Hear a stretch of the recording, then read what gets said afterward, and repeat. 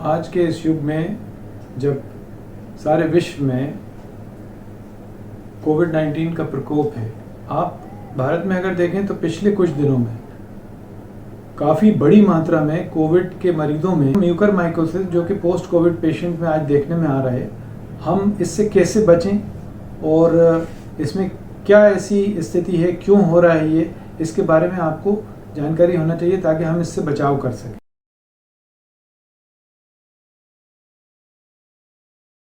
सबसे पहली चीज़ तो मैं ये बताना चाहूँगा कि म्यूकरमाइकोसिस जो फंगस है, उसके जो स्पोर्स होते हैं, उसके जो कण हैं जिनसे कि वो ग्रो करता है, जिनसे वो उगता है, वो लगभग हर ट्रॉपिकल कंट्रीज़ में जहाँ मॉडरेट टेम्परेट क्लाइमेट होता है, जहाँ थोड़ा गर्म क्लाइमेट रहता है और जहाँ मॉइस्चर है, वहाँ लगभग हर जगह ये म्यूकरमाइकोसिस के स्पोर्स मौजूद रहते हैं।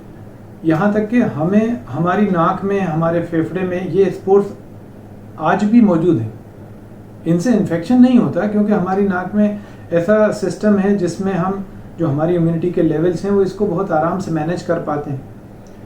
लेकिन यही एक कोरोना के मरीज़ में जो कि अभी उपचार से उठा है, जिसमें कि हमने उसको आवश्यक होने पे स्टेरॉइड्स भी दिए हैं। कई ऐसे मरीज़ हैं जिनको स्टेरॉइड देने के कारण शुगर बढ़ गई या पहले से डायबिटीज़ थी और ज़्यादा शुगर बढ़ गई, और ऐसे मरीज़ हैं जिनकी इम्यूनिटी बहुत अच्छी नहीं है।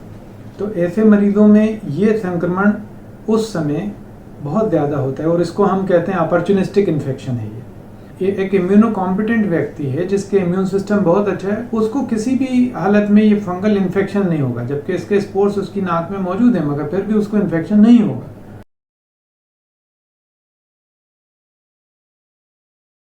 तो आखिर ऐसी क्या कंडीशन थी कोरोना के मरीजों में या इम्यूनो कॉम्प्रोमाइज्ड मरीजों में, ऐसी क्या स्थिति थी, ऐसी क्या कारण थे जिनके कारण कि ये म्यूकरमाइकोसिस बढ़ गया? तो इसमें इसका कोई एक अकेला केवल मात्र एक कोई कारण ऐसा नहीं है, बल्कि इसका मल्टीफैक्टोरियल ओरिजिन है। और इस बात को हमें समझना पड़ेगा कि ये मल्टीफैक्टोरियल ओरिजिन में क्या क्या चीज़ें उसको बढ़ा रही हैं। तो जो सबसे पहला फैक्टर था, उनको स्टेरॉइड देना पड़ते हैं और वो मजबूरी है और वो आवश्यक भी है। उस स्टेरॉइड देने के कारण काफ़ी पेशेंट्स ऐसे हैं जिसमें शुगर बढ़ जाती है। अब जो पेशेंट्स में शुगर बढ़ गई और उसके साथ साथ अगर आईसीयू में हम देखें तो वहाँ काफ़ी ड्राइनेस हो जाती है। जो एयर कंडीशनड सिस्टम है वहाँ पे स्प्लिट एसी लगे हैं, उनके कारण ड्राइनेस हो जाती है। अब आप इमेजिन करिए कि हमारी नाक में एक लगातार एक प्रोटेक्टिव मैकेनिज्म है जिसमें नाक में एक म्यूकस ब्लैंकेट पीछे चल रही है और फिर वो फेनिक्स में गले में जाके पेट में जाती है, जिससे कोई भी चीज़ उससे चिपके हुए स्पोर्स हो, उससे चिपका हुआ इन्फेक्शन हो, वो धीरे धीरे उस म्यूकस ब्लैंकेट के साथ पेट की एसिडिटी तक वहाँ पहुँच के न्यूट्रलाइज हो जाता है। लेकिन जब हम ड्राइनेस में बैठे हैं, एयर कंडीशनर का प्रयोग कर रहे हैं, स्पेशली स्प्लिट एसी में ये बहुत ज़्यादा होता है कि आपको ड्राइनेस बहुत ज़्यादा है। उस ड्राइनेस के कारण वो म्यूकस ब्लैंकेट इतनी तेज़ मूव नहीं कर पाती क्योंकि जो सीलियरी बीट फ्रीक्वेंसी है जिससे वो पीछे जाती है वो रुक जाती है, स्टेसिस होती है, रुकावट आ जाती है और वो सीक्रीशंस पीछे जाना कम हो जाते हैं। तो वो म्यूकस ब्लैंकेट का स्लो हो जाना और वहाँ पे नाक सूख जाने के कारण वहाँ वो स्थिति पैदा होती हैं उस रुकावट के कारण जहाँ वो इन्फेक्शन तेज़ी में बढ़ता है। और फिर आप इमेजिन करिए कि वही व्यक्ति है जिसको शुगर भी बढ़ी हुई है, उसको नोज़ में ऑब्स्ट्रक्शन भी हो गया उसके कारण, और सर्दी भी है। ठंडे आईसीयू में ज़्यादातर जगहों पे जिन लोगों की आदत नहीं होती उनकी वैसे ही नाक बंद हो जाती है। तो वो स्टेसिस और रुकावट के कारण जो संक्रमण है वो तेज़ी में बढ़ता है। और यही एक मेन कारण है कि कोरोना से संक्रमित लोग स्पेशली आईसीयू में हैं या इवन घरों में हैं जहाँ पे ये स्थितियाँ पैदा हुई हैं, तो वहाँ पे ये संक्रमण उनको बहुत ज़्यादा देखने में आया। या एंटीबायोटिक्स बहुत ज़्यादा यूज़ करते हैं। जो निमोनिया के पेशेंट में आपने देखा है कई बार 4-4 एंटीबायोटिक मजबूरन देना पड़े हैं। उन एंटीबायोटिक्स के कारण ये जो बैलेंस है ये डिस्टर्ब हो जाता है और एंटीबायोटिक बहुत ज़्यादा देने के कारण भी ये फंगल ग्रोथ हो जाती है। कई लोगों का ये भी ध्यान करना है कि वो जो इंडस्ट्रियल ऑक्सीजन आती है उसके कारण ये हो गया है, या जो कई बार इक्विपमेंट जो है वो डेली हम चेंज नहीं कर रहे उसके कारण भी हो गया है। पर हमें इस बात का ध्यान रखना है कि ये कोई ऐसा नहीं है कि एक व्यक्ति से दूसरे व्यक्ति में ये संक्रमण चला गया और उसको भी इन्फेक्शन हो गया, या किसी ऑक्सीजन में वो स्पोर्स आ गए उनके कारण। अरे वो स्पोर्स तो हमारे पास लंग्स में, नाक में, हर जगह पहले से थे। वो तो स्थिति वो बनी है, वो परिस्थिति बनी है जहाँ इम्यूनिटी और कम होती चली गई है। वो कारण ऐसे हैं जिनके कारण ये बन गया। और अभी बहुत सारी स्टडीज और भी हो रही हैं कि आयरन और फेरेटिन और कई ऐसे जो नया संक्रमण का जो स्ट्रेन आया है उसके कारण कई डिस्टर्बेंस और भी हो रहे हैं। वो बहुत सारी चीज़ें धीरे धीरे सामने आ रही हैं, पर उनके लिए लंबे समय तक स्टडीज़ की ज़रूरत है। जो मेन कारण है वो ये हैं जो आपको मैंने अभी बताया।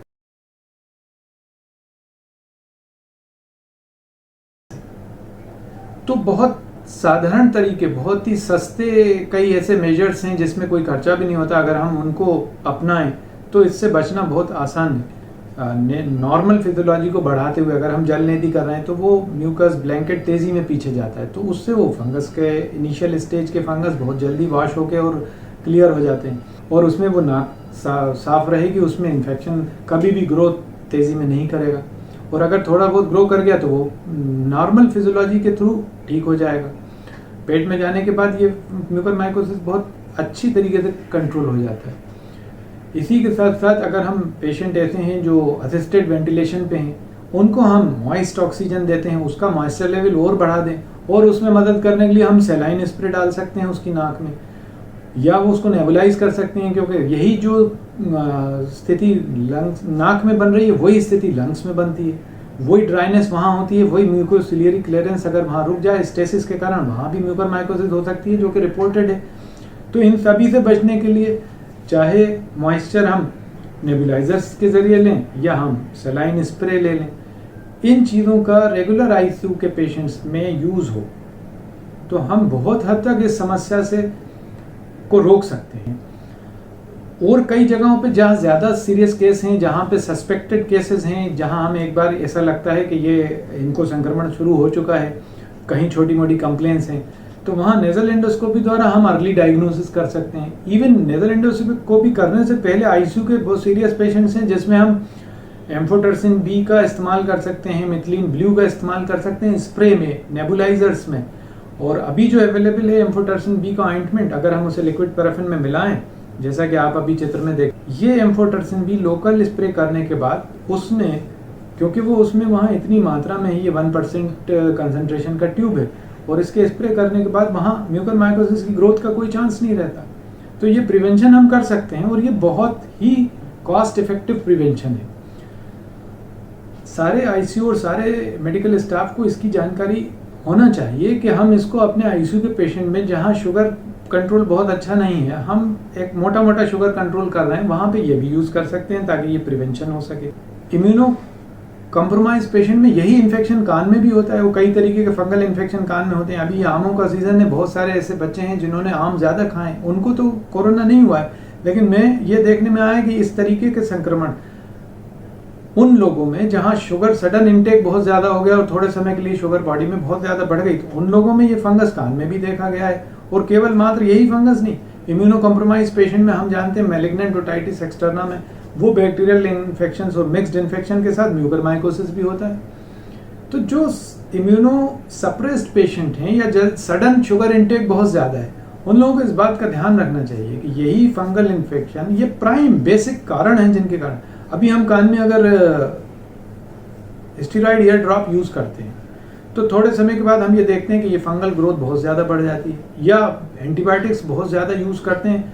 जो निमोनिया के पेशेंट में आपने देखा है कई बार 4-4 एंटीबायोटिक मजबूरन देना पड़े हैं।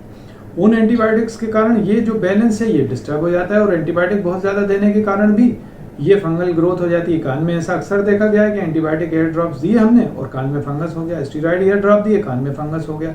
और ये एक सीरीज जो मैं आपको दिखा रहा हूँ अभी, ये बहुत तरीके के फंगस हैं जो अपॉर्चुनिस्टिक इन्फेक्शन कहलाते हैं। उनको वो कंडीशन मिली ग्रो करने की और वो ग्रो कर गए।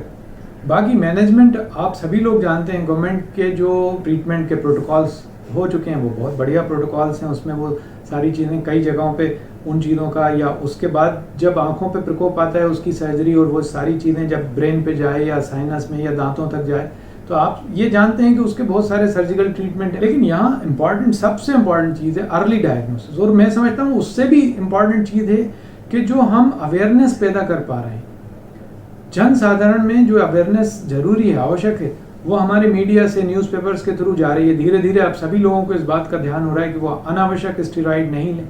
जो भारत में सबसे बड़ी समस्या है वो अनावश्यक स्टेरॉइड लगभग हर झोला छाप डॉक्टर को बहुत बड़ी मात्रा में दे रहा है। जन साधारण को ये मीडिया के थ्रू ये जानकारी मिल जाएगी तो उनको बहुत आसानी हो जाएगी, वो उससे बच पाएंगे। और इससे हट के ये जो मैं आपको जानकारी दे रहा हूँ, जहाँ तक हो सके आप इस वीडियो को शेयर करें और लोगों तक ये जानकारी भेजें, ताकि वो इन हालात में उस म्यूकरमाइकोसिस के फंगस से बच सकें। क्योंकि वो एक बार हो गया और हमने ध्यान नहीं किया, तो आपने स्थिति देखी है किस तरीके से लोगों की आंखें ख़राब हो रही हैं। वो तो फोटो और वो वीडियो मुझे प्रेजेंट करते हुए बुरा लगता है कि जिसमें बहुत गंभीर स्थिति तक मरीज पहुंच गए।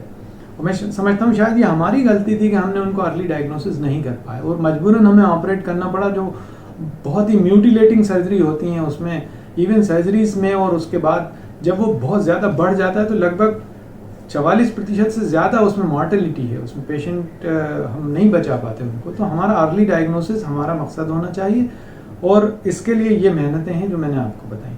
जहाँ तक हो सके इसको लोगों तक ये जानकारी पहुँचाएँ। बहुत बहुत धन्यवाद।